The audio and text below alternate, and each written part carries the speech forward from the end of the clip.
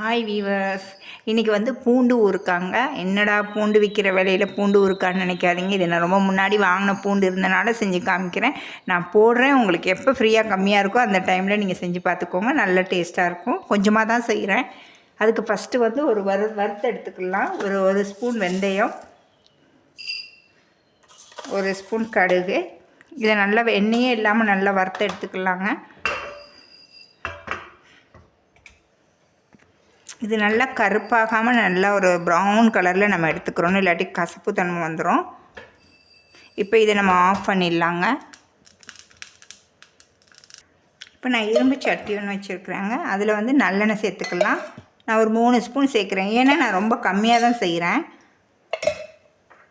இந்த பாருங்கள், பூண்டு இவ்வளோ தான் நான் எடுத்திருக்கேன். இதை அப்படியே எண்ணெயில் போட்டு நல்லா பொரிக்க விட்டு நல்லா அது வெந்து எடுத்து இப்படி அமுக்குனிங்கன்னா நல்லா வெந்திருக்கணும். அந்த டைமில் நம்ம எடுக்கலாம்.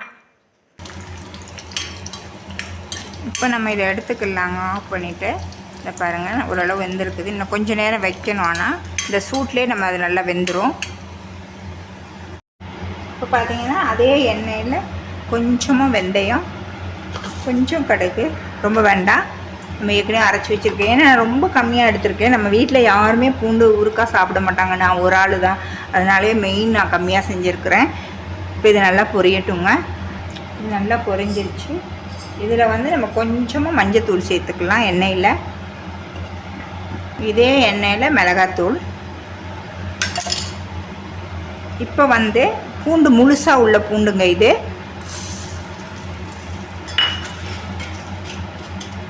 இது வந்து நல்லா 1-2 மசிச்சு வச்சுருக்குது, அதையும் இதில் சேர்த்துக்கலாம். கொஞ்சமாக கல்லுப்பு. இதை நல்லா மிக்ஸ் பண்ணி விட்டுக்கலாங்க. எல்லாம் மிக்ஸ் பண்ணி விட்ருங்க.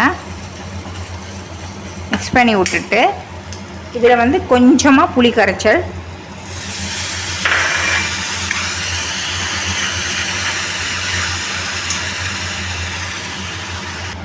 கொஞ்சமாக வெல்லம், இன்னொரு வாட்டி மிக்ஸ் பண்ணி விட்டுடலாம் நல்லா. அந்த எண்ணெய் நான் அந்த பூண்டு வறுத்த எண்ணெயே தான், வேறு எந்த எண்ணெயும் சேர்க்கலை. ஒரு 3 ஸ்பூன் நல்லெண்ணெய் விட்டேன், அவ்வளோதான். இந்த மாதிரி நீங்கள் இரும்பு கடாயில் செஞ்சு அப்படியே மூடிட்டிங்கன்னா அதெல்லாம் நல்ல ஒரு டேஸ்ட் கிடைக்கும் நமக்கு. இப்போ வந்து வெந்தயமும் கடுகும் வறுத்து வச்சுருந்தேன் பார்த்தீங்களா, அது பொடியை சேர்த்துக்கலாம். ரொம்ப சேர்க்க வேண்டாம், நான் வறுத்ததுலேயே பாதி தான் சேர்த்துருக்கேன். இது நல்லா மிக்ஸ் பண்ணிவிட்டு கொஞ்சம் நேரம் மூடி விட்டுறலாம். அப்படியே சூப்பரான ஒரு ஊறுக்காய் ரெடி ஆயிடுச்சு. இந்த டைமில் பூண்டுன்றது சரியான விலை. திட்டாதீங்க என்ன இந்த டைமில் ஊறுக்காய் போடுறேன்னு சொல்லி. நான் பழைய பூண்டு இருந்து அதனால் நான் கம்மியாக தான் செய்கிறேன். பாருங்கள் எப்படி ஒரு சூப்பரான ஊறுக்காய் ரெடி ஆகிருக்குன்னு சொல்லி நீங்களும் செஞ்சு டேஸ்ட் பண்ணி பாருங்கள். ரொம்ப ஈஸியாக பண்ணிடலாம், பார்க்கவே கலர்ஃபுல்லாக இருக்கும். வீடியோட எண்டுக்கு வந்தாச்சுங்க. தேங்க்ஸ் ஃபார் வாட்சிங். லைக் பண்ணுங்கள், ஷேர் பண்ணுங்கள், கீழே உள்ள பெல் பட்டனை ப்ரெஸ் பண்ணுங்கள். நெக்ஸ்ட் ஒரு வீடியோவில் உங்களை மீட் பண்ணுறேன்.